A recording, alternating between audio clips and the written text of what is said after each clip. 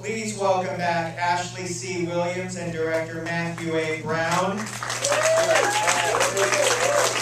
I'm Fred Coppell with Crave Online and Move the Fridge, and we want to hear your questions, so if you have them, raise your hand. I'll work you into this Q&A. Hello, would you like to sit or you can stand in? I'll sit, sure.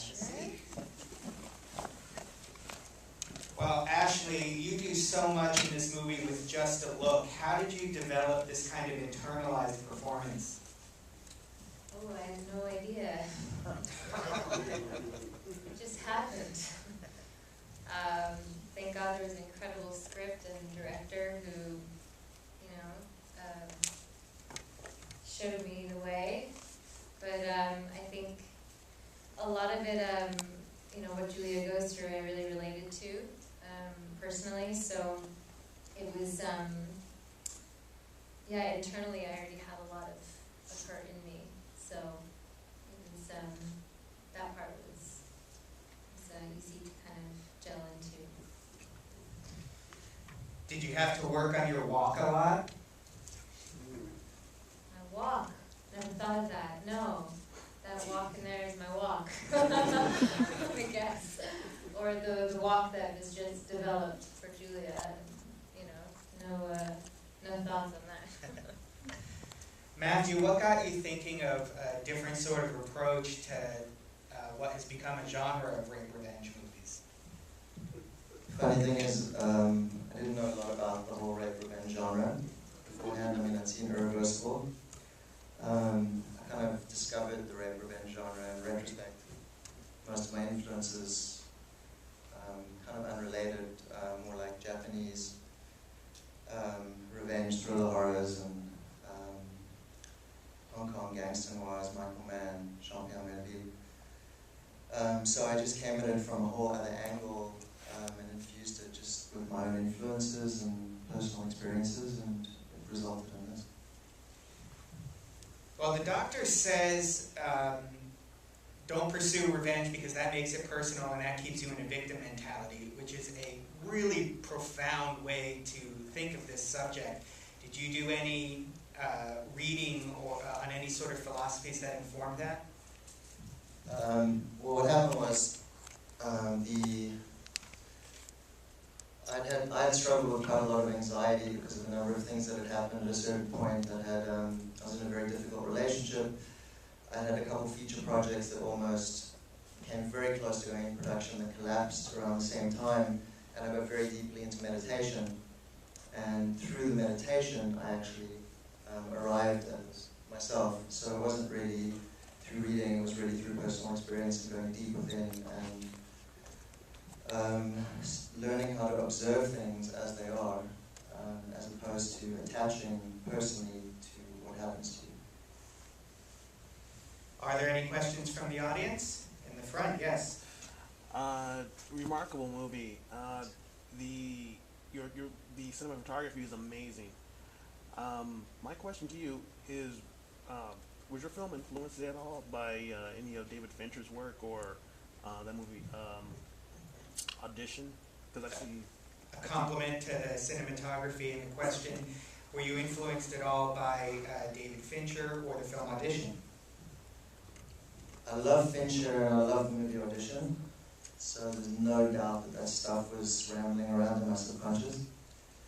And my cinematographer, I must have looked at almost 100 cinematographers trying to find the right person for this, and the guy, Baxter Björgolfsson, he's the top Icelandic cinematographer. He's won like 8 Icelandic Oscars, and we started talking, and this guy is just, I've never met such a humble and brilliant collaborator in my entire life.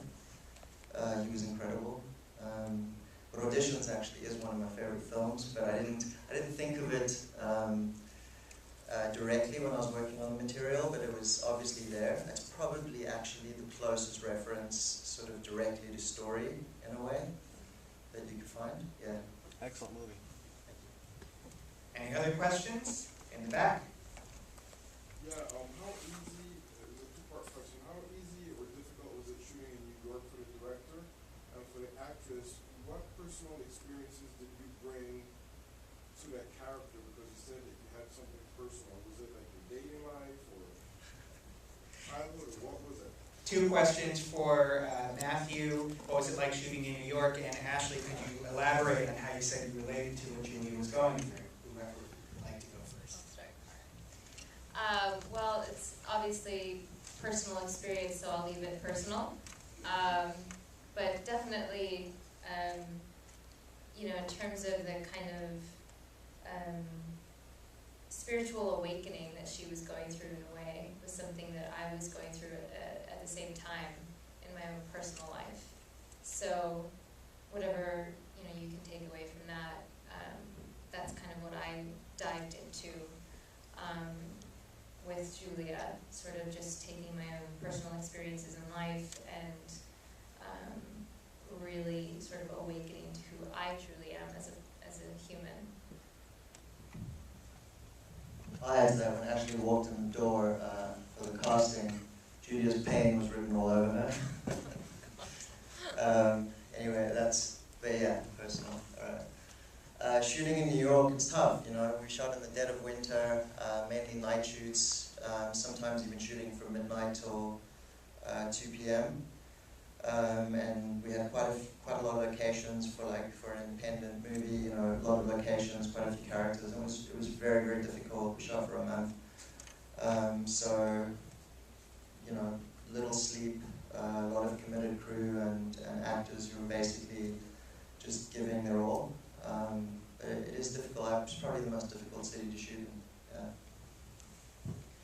Did you have any incidents of people trying to look in on the set, or do they just not care at all in New York? The night that there were a couple incidents actually. One night, the scene where she's during the training sequence, it's sort of the end of the training sequence when she's with the guy in that alleyway, and the guy's kind of pushing up against her against the wall, and then Sadie finds her in the alleyway.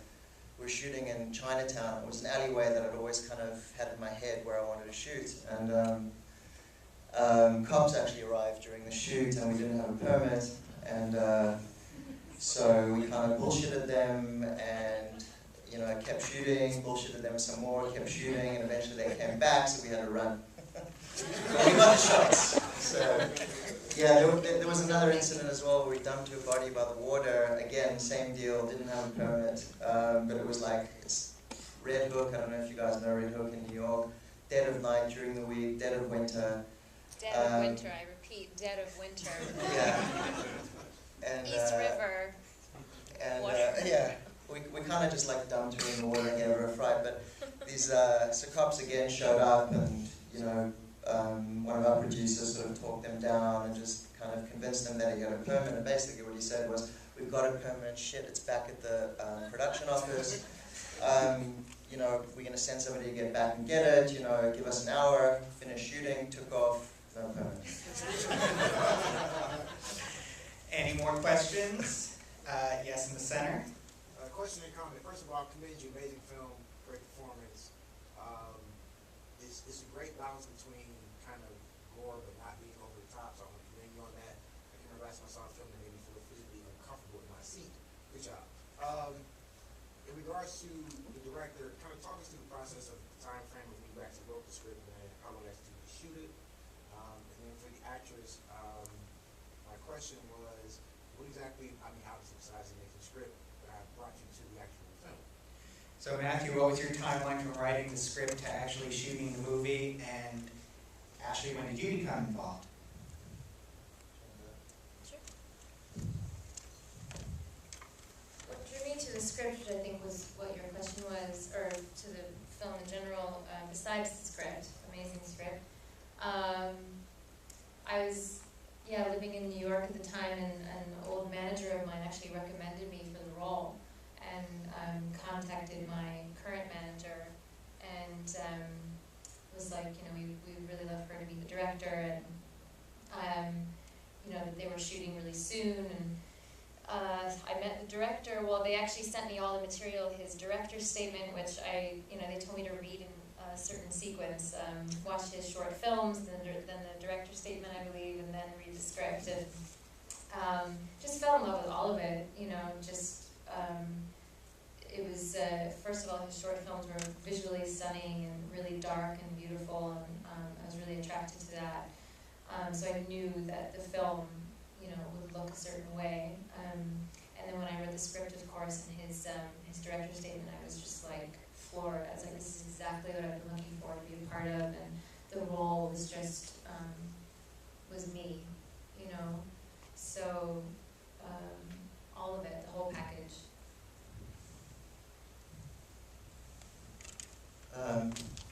The film was actually, the seed of the film was from a short film that I did that an executive producer in New York saw, I think, at a festival, and he approached me sort of towards the end of 2011, basically asking me if I'd like to develop it into a feature because it's something he thinks he could get funded.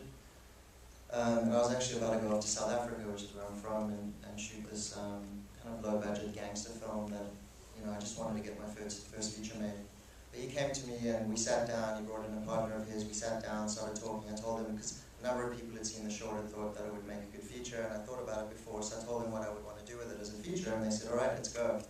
So this was towards the end of 2011, really right at the end, around December, and then I started working on the script. We probably had, I think it was around the second or third draft, around April 2012, and that's when I went out for financing. And we were in pre-production at the end of 2012. So in terms of film, very quick turnaround. And then we were in pre-production for a bit. The shoot was only like 4 to 5 weeks. And then post lasted for quite a while. I actually went out to Iceland and did all the editing in Iceland, was out there for a while. And then we finished all of the movie in Los Angeles at Sonic Magic. All the sound work. Any more questions? I see in the back. Yes, I assume you left Julia alive for a potential sequel. I like this question because I'm franchise Fred. I think there should always be sequels to everything.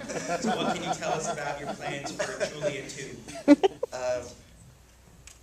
Well, the funny thing is, in my, I think it was in my director's statement, in my director's statement, I mean, I'd already envisioned a trilogy from the movie, and you know, Julia ended up the way Julia was meant to end up at the end of the movie. So I didn't. It wasn't like, okay, I'm thinking, well, if we leave her this way, then it could create another movie. But it was, you know, Julia, you know, she became sort of, she transcended humanity in a way by the end of the film, so nobody could touch her. So I don't know right now, but there definitely are people who would like to see Julia 2 go forward. Say that. Yeah. A follow-up question in the back? Yeah, I would assume that she's going to be the dominant this time, just like the male was the dominant over the women and teaching them to empower themselves. And even though he's helping them empower themselves, I think it's like like you said, she transcended him and even executed her own lover, so that now she will become the alpha and she will become the dominant. I would assume that would be the next version. Is that? Would Julia come into power in the sequel? Julia's in power, so yeah, I mean, obviously it's not something I want to talk a whole lot about right now, but I can share with you a vision that had come to me, which was I do see this woman almost hibernating in a cave, like a dark cave. I don't know, maybe because I was editing in Iceland and I'd experienced the coldness of Iceland, sort of in the back of the cave with this long hair kind of like down like this, and the beginning of the movie she sort of suddenly breathes. So I don't know what's going to happen with all that, but there's a number of different ways it could go, but certainly Julia's the one in power, yeah, at that point, yeah. There's a lot of man-hating in the film. What's the idea behind that? The question is there a lot of man-hating in the film? What's your perspective on that? Fucking hate men. I just, honestly, man, I mean, like, no, I'm kidding. The thing is, I see where you're coming from. I completely see where you're coming from, but there is the dark, like Julia's boss, who's, you know, he's an upstanding male. He's not somebody, you know, he's totally straight, legit, everything. They're targeting a specific kind of man. So when they go to the bar, Sadie knows where to find these kinds of men, and then they're really being very specific about the kind of men they go after. So, you know, they're targeting guys that they suspect could be these types of guys. But I mean, I completely see where you're coming from. So I don't, you know, that's what I have to say. One more question here. My question with the Julia character, there's a lot of subtext. Like, she doesn't really vocalize how she's feeling. Could you maybe reveal anything about the character that maybe that wasn't in the film? You want to repeat the question for me? He was saying that there's a lot of subtext with Julia. She doesn't say a lot. Could I reveal something about the character that maybe she doesn't say in the film? Yes. Is that for me or for her? Or Well, what do for you and, do you want to answer? and the lovely actress. I Maybe mean, that was just on the page, or I mean, a lot of it was definitely in subtext. Like, I work with a lot of subtext. So you know, I mean, if you look at the kind of, like, directors like Jean-Pierre Melville, the French director, you know, did Samurai, or Michael Mann's work, or Nicholas Winding Refn. You know, there's not a lot of dialogue. I mean, it's not why it ended up that way, but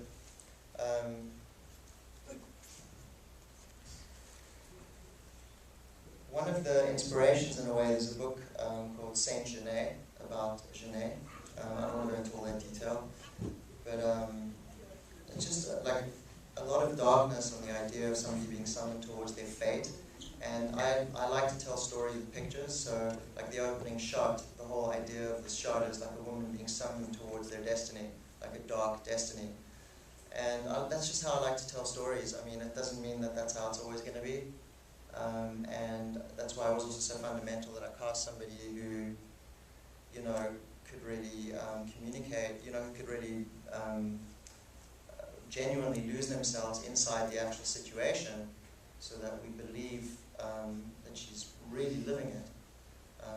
And that's like a huge testament to Ashley, because I was blown away myself. And I mean, I of course auditioned her, and we read and everything, but the first day of the shoot was actually in the bathroom when she approaches that platinum blonde-haired woman, and she asks, you know, is therapy real, and tells her she was raped. And when the words "I was raped" came out of her mouth, I was just like, fuck, like, oh my God, like, I couldn't have even imagined somebody saying those words. I mean, I think, honestly, those 3 words, as simple as they sound, are like the most difficult things to come out authentically. And it just got better from there. So it's like a whole mixture of everything just kind of coming to life. Yeah. cool. Thank you. Well, let's thank Matthew A. Brown and Ashley C. Williams for being here tonight.